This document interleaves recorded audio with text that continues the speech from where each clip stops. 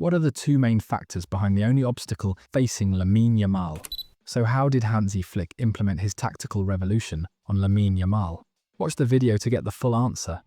Since Lamin Yamal arrived at Barcelona, the players around him have been asking for his presence on the flank and for him to make vertical runs, just as Messi used to do before. For this reason, we noticed that most of Lamin Yamal's dribbles were initially vertical, as he would drive toward the penalty area from that side to deliver crosses. Over time, as the team began to rely more heavily on Lamin Yamal as a primary option, we started to see changes in his style. But what exactly changed?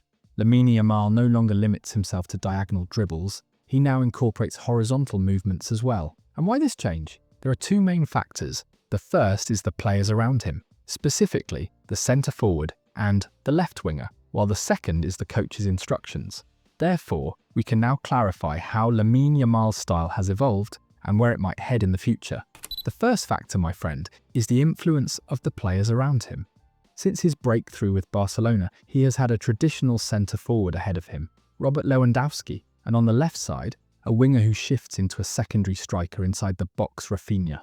This setup required Lamin Yamal to stay wide on the touchline because the right half space was occupied by one of the midfielders, specifically Fermin Lopez or Dani Olmo. Therefore, Lamin Yamal did not find a player occupying that zone, which meant he was obliged to stay wide on the touchline. However, diagonal dribbling in the past did not provide the best solutions, as it ran into heavy defensive congestion inside the penalty area with all the players pushing forward. For this reason, Lamin Yamal needed to take on more of a playmaker role by delivering crosses into the box toward the far post for Rafinha, the near post for Lewandowski, or even to the edge of the area when Pedri was positioned there. In most situations, you would see Lamin Yamal dribble in this pattern, from the flank toward the inside, then send crosses into the box. But the first important factor is that there are players whose primary responsibility is finishing in front of goal. That is, scoring after receiving the ball. Therefore, Lamin Yamal's primary task is to create chances for those players, something that should be credited to him and taken into account. But is that enough for Hansi Flick? Certainly not. The coach can get even more out of Lamin Yamal. Last season, his roles began to change, especially in the second half of the campaign. I mentioned then that Lamin Yamal's roles this season would start to shift and he would move more into central areas to shoot from outside the box. Why? Because Rafinha will be positioned at the far post, Lewandowski at the near post, while Pedri will return to his usual midfield duties. Therefore, Lamin Yamal has developed the ability to shift into the half space, transitioning from the wide right channel to the right interior channel. This allows him to take shots from there or even dribble and penetrate further into central areas. So, my friend, Lamin Yamal now possesses the ability to find enough space to cut inside from the flank toward the centre to shoot from outside the box. Here, his new movements and direct instructions toward goal have become evident. But does this mean Lamin Yamal will stop creating chances? Absolutely not. On many occasions, he has shown that he is a team-oriented player. When he reaches this zone, he delivers lofted balls into the penalty area toward Rafinha, or combines in passing sequences with the number 10 to create a lane for cutting inside and then shooting. As a result, he has begun to understand his role within the system more clearly and the importance of his movements towards central areas, rather than simply staying wide on the flank. The second factor that helped him was Lewandowski's injury and his advancing age, which led Hansi Flick to deploy Ferran Torres as a false nine. Having a player like Torres in that role, alongside players such as Dani Olmo or Fermin Lopez, encouraged Lamin Yamal to move inside more frequently. Why? Because Torres doesn't always stay in the penalty area. He drags defenders out and drops deeper.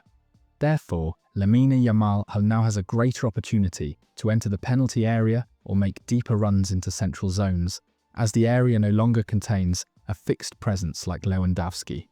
The fewer Barcelona players there are inside the box, the more important his movements into that space become.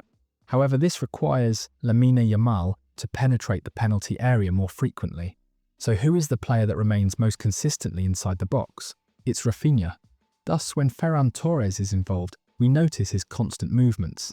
At times, using his intelligence, Torres drifts toward the right side to create space for Lamin Yamal to occupy his position. So what happens if the defender follows him? In that case, he leaves open space for Torres, a scenario that occurred multiple times last season. The same applies to the number 10, who sometimes moves in after Torres returns to his position and shifts toward the flank to open space for Lamin Yamal to penetrate centrally. Thus, Lamin Yamal began to engage more deeply in the intricate patterns envisioned by Hansi Flick. He started to better understand his roles and the importance of his diagonal dribbles inward, whether to shoot from outside the box or to deliver crosses toward Rafinha. My friend, the second factor, and arguably more important than the influence of surrounding players, is Barcelona's need for a player like Lamin Yamal. Why? Because when Rafinha plays inside, he completely loses his impact on the flank. He stops dribbling, and his threat and effectiveness weaken. As for Lewandowski, he is not very effective in one-on-one dribbling situations. In addition, there are two players who rotate in the number 10 role, Dani Olmo and Fermin Lopez. With players of different characteristics on the field, the need arose for a true attacking threat to break down compact, low defensive lines. Why? Because the left side lacks the ability to destabilise the defence due to the absence of a natural left winger, which makes it necessary to rely on the right side. However, if Lamin Yamal's style relied solely on vertical dribbles and delivering crosses, his threat would decrease and his movements would become easier to predict. So what is the issue? He's begun to rely more on team play, then on diagonal dribbles, even when one or even three defenders are positioned in his zone.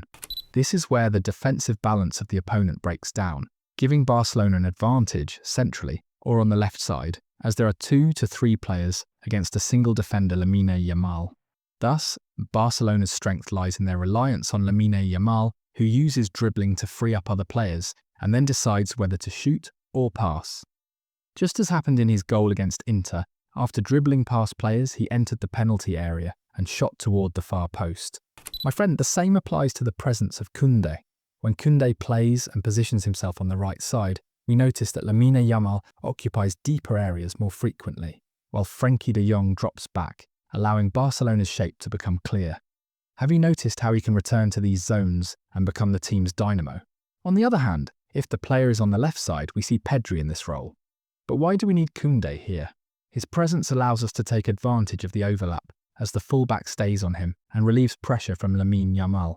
In this case, the opponent is forced to pull another defender, thus losing coverage in another area or leaving only 1 or 2 players on Lamin Yamal. Here we realise that, thanks to his exceptional dribbling abilities, Lamin Yamal will outperform these 2 players.